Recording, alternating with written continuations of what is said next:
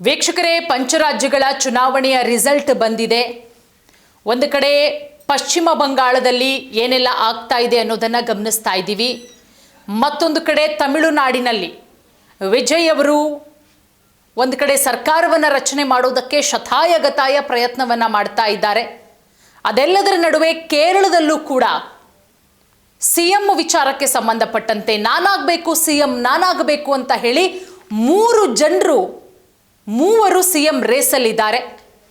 So ಹಾಗಾಗಿ ವೀಕ್ಷಕರನ್ನ ನೇಮಕ ಮಾಡಿದೆ ಹೈಕಮಾಂಡು. ವೀಕ್ಷಕರು ಯಾರನ್ನ ಸೆಲೆಕ್ಟ್ ಮಾಡ್ತಾರೆ ಅನ್ನೋದು ಈಗಿರುವಂತಹ ಪ್ರಶ್ನೆ.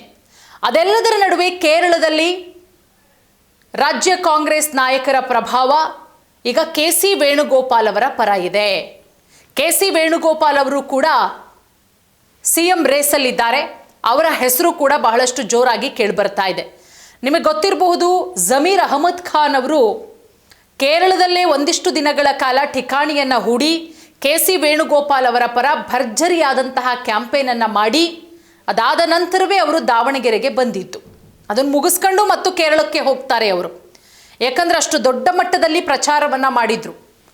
ಈಗ ಸಿದ್ದರಾಮಯ್ಯ ಅವರ ಬಣದ ನಾಯಕರುಗಳು, ರಾಜ್ಯ ಕಾಂಗ್ರೆಸ್ನ ಸಿದ್ದರಾಮಯ್ಯ ಅವರ ಬಣದ ನಾಯಕರು ಕೆ.ಸಿ. ವೇಣುಗೋಪಾಲ್ ಅವರ ಪರ ಬ್ಯಾಟಿಂಗ್ ಮಾಡ್ತಾ ಇದ್ದಾರೆ. ನೀವಿಲ್ಲಿ ಕೇಳಬಹುದು, ಏನು ಕಾರಣ? ಇನ್ನೂ 3 ಜನ ಇದ್ದಾರಲ್ಲ, ಅವರ ಪರನೂ ಮಾಡ್ಬೋದಲ್ಲ, ಯಾಕೆ ಕೆ.ಸಿ. ವೇಣುಗೋಪಾಲ್ ಅವರ ಪರ ಬ್ಯಾಟಿಂಗ್ ಮಾಡ್ತಾ ಇದ್ದಾರೆ ಸಿದ್ದರಾಮಯ್ಯ ಅವರ ಬಣದ ನಾಯಕರು? ಒಂದು ಕಡೆ ಸಿಎಂ ಸಿದ್ದರಾಮಯ್ಯ ಅವರು ಸಿಎಂ ಆಗಿ ಇಷ್ಟು ದಿನಗಳ ಕಾಲ ಮುಂದುವರಿತಾ ಇದ್ದಾರೆ ಅಂತ ಹೇಳಿದ್ರೆ ಅದಕ್ಕೆ ಪ್ರಮುಖವಾದಂತಹ ಕಾರಣ ಕೆ.ಸಿ. ವೇಣುಗೋಪಾಲ್ ಅವರು, ಅವರ ಸಹಕಾರ. ಈ ಹಿನ್ನೆಲೆಯಲ್ಲಿ ಸಿದ್ದರಾಮಯ್ಯ ಅವರ ಬಣ ವೇಣುಗೋಪಾಲ್ ಅವರಿಗೆ ಸಪೋರ್ಟ್ ಮಾಡ್ತಾ ಇದೆ. ನೋಡಿ, ಕೇರಳದಲ್ಲಿ ಕೇರಳ ಜನರು ರಾಜ್ಯ ನಾಯಕತ್ವವನ್ನು UDFಗೆ ಹಸ್ತಾಂತರ ಮಾಡಿದ್ದಾರೆ. ಈ ಸೋಲಿನೊಂದಿಗೆ ಕಮ್ಯುನಿಸ್ಟರು ಸ್ವಾತಂತ್ರ್ಯದ ನಂತರ ದೇಶದಲ್ಲಿ ಮೊಟ್ಟ ಮೊದಲ ಬಾರಿಗೆ ಯಾವುದೇ ರಾಜ್ಯದಲ್ಲೂ ಕೂಡ ಅಧಿಕಾರದಲ್ಲಿಲ್ಲ.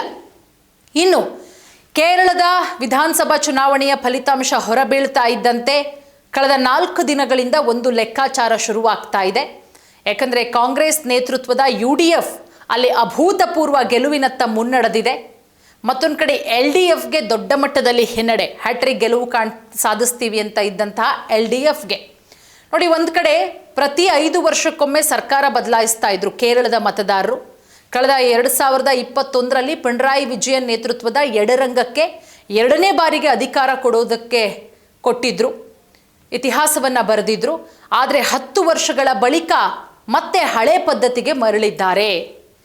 ಈಗ ಇರುವಂತಹ ಪ್ರಶ್ನೆ, ಇಲ್ಲಿ UDF ಗೆದ್ದಾಯಿತು, ಹಾಗಾದರೆ ಕೇರಳದ ಮುಂದಿನ ಮುಖ್ಯಮಂತ್ರಿ ಯಾರಾಗ್ತಾರೆ?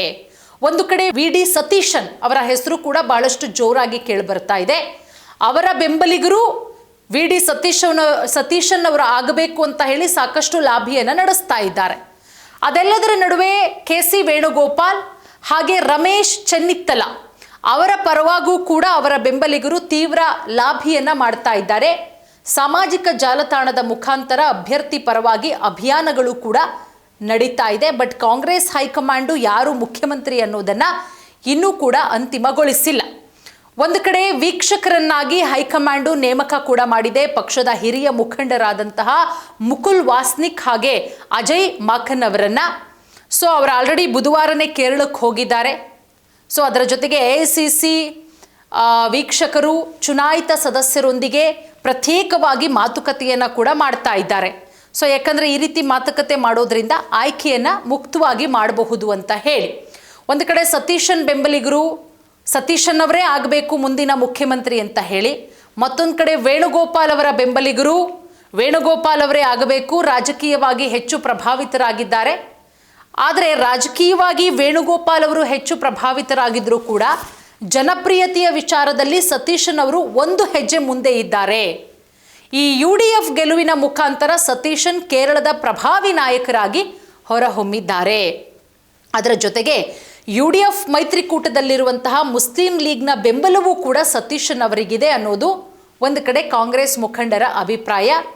ಅದರ ಜೊತೆಗೆ ನೆಹರು ಮತ್ತು ಗಾಂಧಿ ಕುಟುಂಬಕ್ಕೆ ನಿಷ್ಠರಾಗಿರುವಂತಹ ಚೆನ್ನಿತ್ತಲ ಅವರು ಕೂಡ ಮೊನ್ನೆ ರಾಹುಲ್ ಗಾಂಧಿ ಅವರನ್ನು ಡೆಲ್ಲಿಲಿ ಹೋಗಿ ಭೇಟಿ ಮಾಡ್ಕೊಂಡು ಬಂದಿದ್ರು. ಆದರೆ ಈ ಭೇಟಿ ಮುಖ್ಯಮಂತ್ರಿ ಆಯ್ಕೆಯ ವಿಚಾರಕ್ಕೆ ಸಂಬಂಧಪಟ್ಟಿದ್ದಲ್ಲ ಅನ್ನೋದು.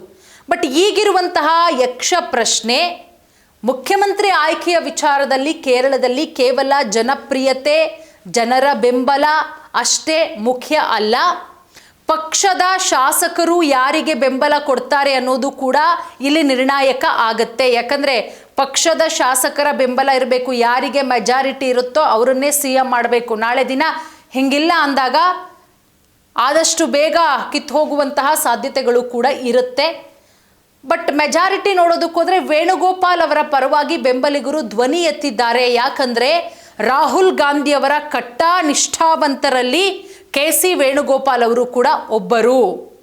ಸೊ ಹಾಗಾಗಿ ರಾಹುಲ್ ಅವರ ನಿರ್ಧಾರ ಕೇರಳ ಮುಖ್ಯಮಂತ್ರಿ ಆಯ್ಕೆಯಲ್ಲಿ ಮಹತ್ವದ ಪಾತ್ರವನ್ನು ವಹಿಸುತ್ತೆ ಅಂತಲೂ ಕೂಡ ಹೇಳಲಾಗ್ತಾ ಇದೆ.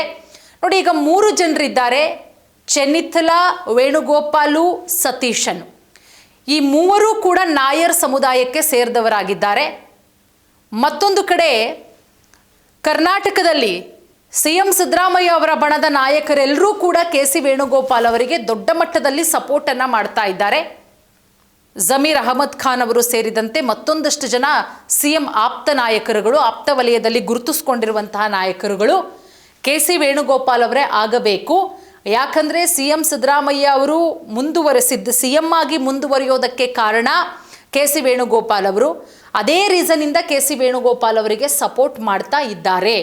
ಬಟ್ ನೋಡೋಣ ಹೈಕಮಾಂಡ್ ಏನು ನಿರ್ಧಾರವನ್ನು ಮಾಡುತ್ತೆ. ಕಾಂಗ್ರೆಸ್ ಹೈಕಮಾಂಡು 3ರಲ್ಲಿ ಯಾರಾಗ್ತಾರೆ CM? ವೇಣುಗೋಪಾಲ್ ಅವರಿಗೆ ಹೆಚ್ಚಿನದಾಗಿ ಓಟ್ಗಳು ಬರ್ತಾ ಇರೋದ್ರಿಂದ ವೇಣುಗೋಪಾಲ್ ಅವರು ಆಗ್ತಾರಾ, ಸತೀಶನ್ ಅವರು ಆಗ್ತಾರಾ, ಅಥವಾ ಚೆನ್ನಿತ್ತಲ್ ಅವರು ಆಗ್ತಾರಾ ಅನ್ನೋದ್ರ ಬಗ್ಗೆ ಇನ್ನೇನು ಇವತ್ತು ನಾಳೆಯಲ್ಲಿ ಒಂದು ಡಿಸಿಷನ್ ಹೊರಬೀಳುತ್ತೆ. ಧನ್ಯವಾದ.